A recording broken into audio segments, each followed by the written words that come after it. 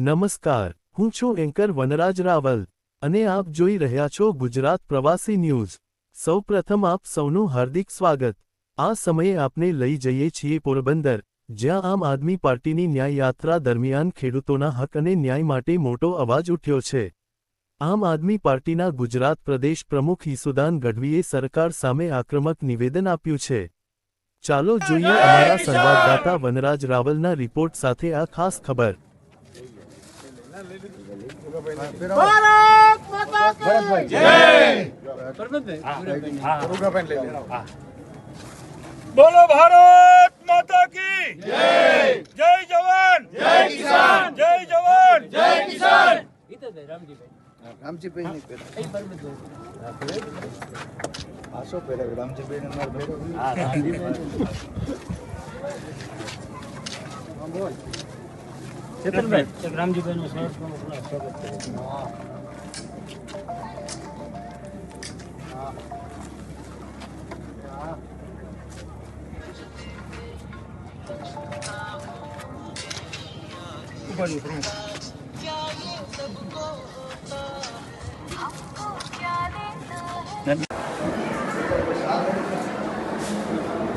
ना आज ही હોય હા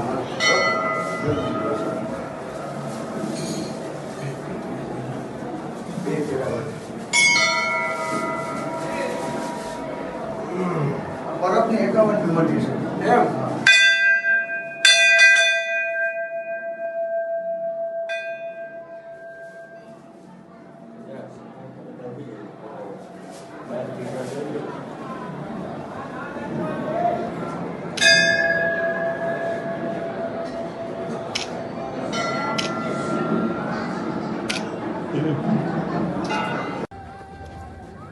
सर ये यात्रा कहाँ से कहाँ तक है? બિલકુલ આજે મને ખૂબ આનંદ થાય છે કે પોરબંદરની આમ આદમી પાર્ટીની ટીમ ખાસ કરીને હિતેશભાઈની અગવાઈમાં યાત્રાનું પ્લાનિંગ કર્યું છે। 7 દિવસની માં લીરબાઈ માના આશીર્વાદ લઈ મોઢવાડાથી આ યાત્રાનો શરૂઆત થઈ છે અને 7 દિવસ સુધી વિવિધ ગામોમાં આ જશે। લોકોને એની સમસ્યાઓ, એના મુદ્દાઓ, એને પડતી વિવિધ તકલીફો જાણશે અને આ ટીમ જરૂર પડે સંકલન જે મુદ્દાઓ હશે એ મુદ્દાઓ નોટ કરીને જરૂર પડે એમને સરકારી તંત્ર સુધી પહોંચાડીને એનો હલ પણ કરાવડાવશે। સાથે સાથે આ ન્યાય યાત્રા છે। આજે ચારે બાજુથી ખેડૂતોને લૂંટવામાં આવે છે, ગરીબો, વંચિતો, શોષિતોનું શોષણ કરવામાં આવે છે। તમે જુઓ, અમેરિકાના ખેડૂતને વર્ષે 54 લાખ રૂપિયાની સબસિડી આપવામાં આવે અને આપણા ખેડૂતને માત્ર 21,000ની આસપાસની સબસિડી માંડ મળે છે અને ઉપરથી અમેરિકાના દબાણના કારણે આપણી ભારત સરકાર ખેડૂતોની સબસિડીઓ દિવસે ને દિવસે ઘટાડતી જાય છે। તમે અહીંયા જુઓ, આપણા ખેડૂતો ખેતી છોડી રહ્યા છે।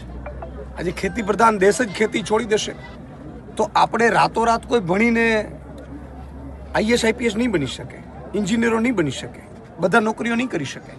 તો આપણું મૂળ જે ખેતી છે એ ભાંગતું રહ્યું છે। આ એક મોટું ષડયંત્ર છે જેથી કરીને ઉદ્યોગપતિઓ આ ખેતીઓ પચાવી પાડે અને પછી એ 5,000 રૂપિયા મણ ઘઉં આપે આપણે ખાવા હોય તો ગરીબને મધ્યમ વર્ગ જીવી નહીં શકે। એટલા માટે અત્યારથી આપણે આ યાત્રાઓનું પ્લાનિંગ કર્યું છે ગામડે ગામડે।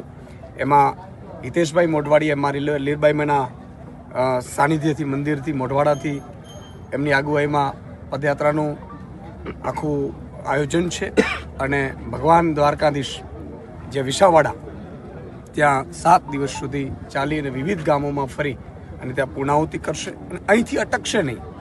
અહીંથી બીજા જિલ્લાઓમાં, બીજા જિલ્લા પંચાયતોમાં, શહેરોમાં, આ બધામાં આવી યાત્રાઓ નાની મોટી ચાલુ રહેશે। ખેડૂત બચાવવાની આ યાત્રા છે। ખેડૂતને માત્ર ન્યાય આપવું નહીં, ખેડૂત નહીં બચે તો આ ભારત દેશ પાછું 100-200 વર્ષમાં ઉદ્યોગપતિઓની ગુલામીમાં વયું જશે એનો ડર છે ને એટલા માટે અમે બધા આ મુદ્દે લડવા નીકળ્યા છીએ। दूसरी पार्टियों को आप क्या संदेश देंगे? બીજી જે સત્તાધારી પાર્ટીઓ છે એમને હું કહેવા માંગીશ કે તમારી પાસે હજુ 2 વર્ષ ઈશ્વરે આપ્યા છે। તમારે જો કામ કરવા હોય તો ખેડૂતોનું દેવું માફ કરી દો। તમારે ખેડૂતોને પ્રમોલ્ગેશનમાં જે વાંધાજી અરજીઓ લાખો વાંધા અરજીઓ પડી છે અને રાતોરાત રદ કરી અને એનું કરો. બીજની ગેમને વ્યવસ્થિત બનાવો જેથી બીજ સારું બિયારણ ખેડૂતને સસ્તા ભાવે મળી રહે. ખેડૂતનો જે ઉત્પાદન ખર્ચ વધ્યો છે એને ઘટાડી દો. ખાતરમાં પૂરતું આપો ને સબસિડીવાળું ખાતર આપો. 3 ઉપજ લઈ શકે ને પૂરતા ભાવ મળે અને MSPથી ખરીદી થાય એવું એક એલાન કરી દો. આ બધું 2 વર્ષ છે હજી. જો કરી શકે તો અમે પણ આ શાસક પક્ષને અભિનંદન આપીશું અને ત્રીજી પાર્ટી તો અહીંયા દેખાતી નથી. Thank you.